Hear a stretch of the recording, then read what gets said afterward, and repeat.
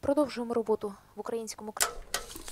Now the floor is given to Colonel Oleksandr Motuzyanyk, Ministry of Defense of Ukraine spokesperson on ATO-related issues. Welcome.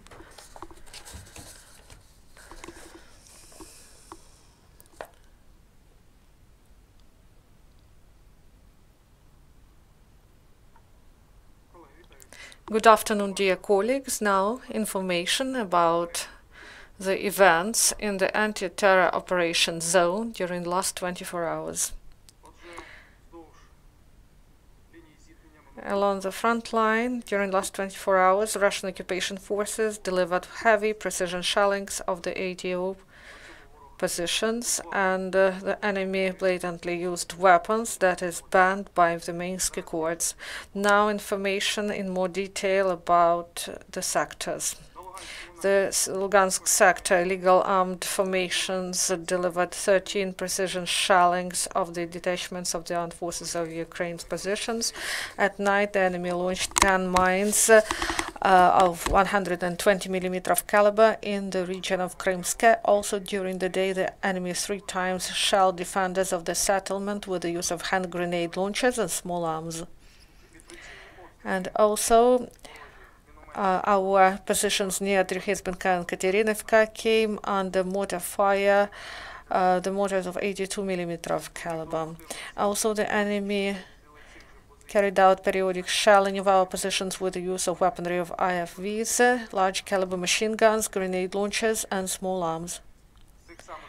And the enemy used the same types of weapons to shell our positions near Zaitsevo, Lugansk, and Oleksandrivka.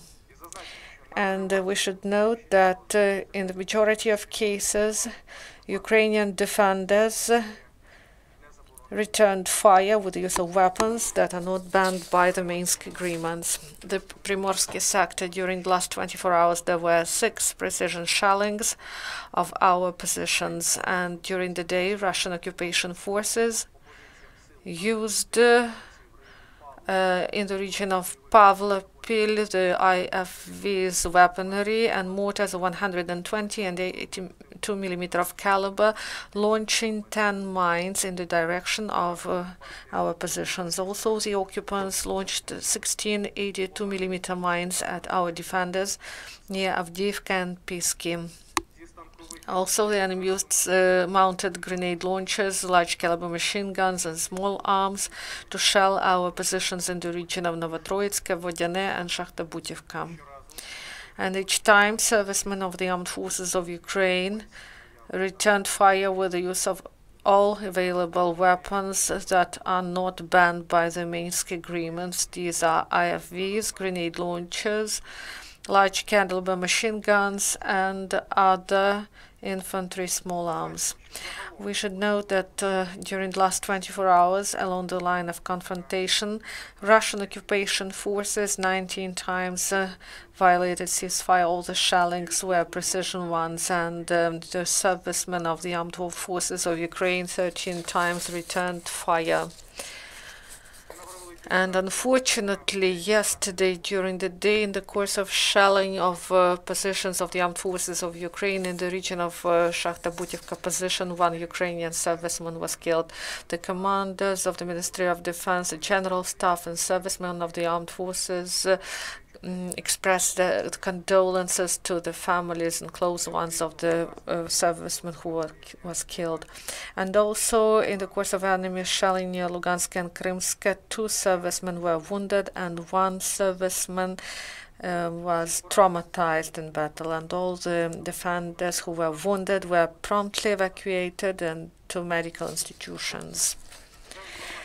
According to information provided by main intelligence department of MOD, the enemy continues to sustain casualties in battle.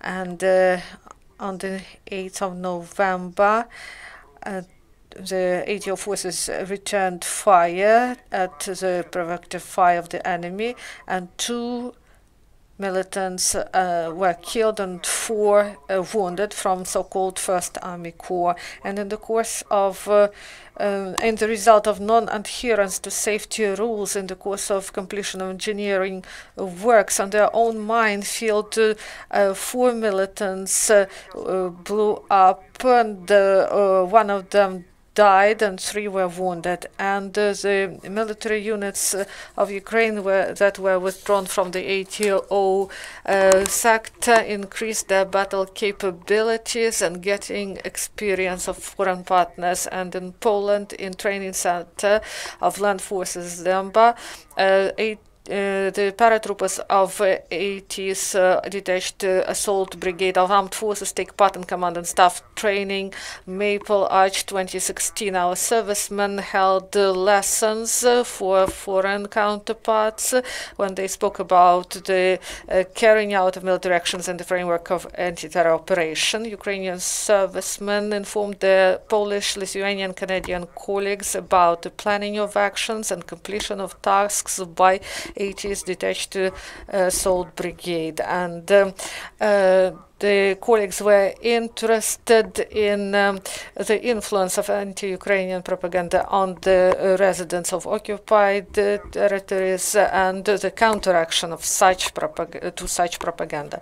The Center of Demining of the main Department of Operative Support of the Armed Forces of Ukraine at Kamenetsk-Podilsky was visited by the delegation of the Armed Forces of the Kingdom of Sweden, and they were interested in the experience of the specialists of the center of demining in the course of anti-terror operation and their counteraction to handmade explosive devices. Foreign instructors highly assessed the material and technical basis of the center and the quality of training and high level of skills of our instructors. Thank you.